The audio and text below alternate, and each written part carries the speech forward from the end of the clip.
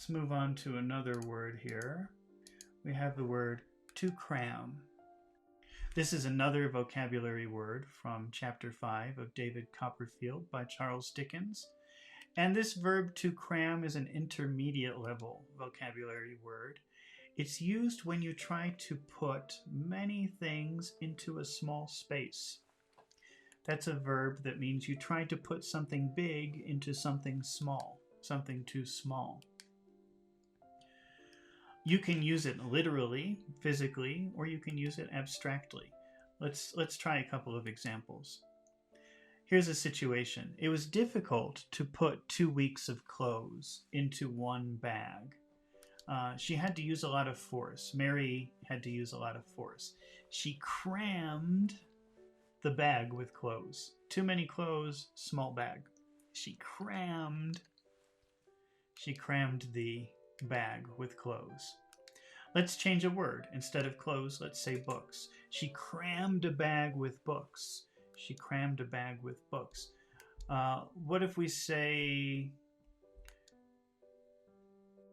the shelf instead of the bag? So she crammed the shelf with books. Now you can picture the shelf is this big and she's trying to fit too many books on the shelf. Too many books on the bookshelf.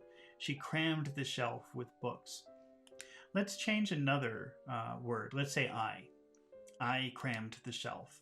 I crammed the shelf with books. Let's use another word. Let's say box. I crammed the box. I crammed the box with books. Box with books. I crammed the box with books. Because crammed means trying to put a lot of something into a small space, we can use it more abstractly, like with time. So if we say that John had a big exam at school and he wasn't familiar with the material, so the night before the exam, he stayed up all night studying, and he tried to put a lot of studying into a small period of time, we can say he crammed for the exam. That's very common. Students use that word all the time for trying to study a lot in a very short period of time. We say that he crammed for the exam. He crammed for the exam. Let's make a when question. When did he cram? When did he cram for the exam? When did he cram for the exam? And here's the answer. The night before the test.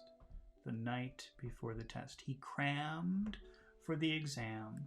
He crammed for the exam the night before the test. He crammed for the exam the night before the test. All right. So that's cram. Let's move on to another vocabulary word here, and that is the word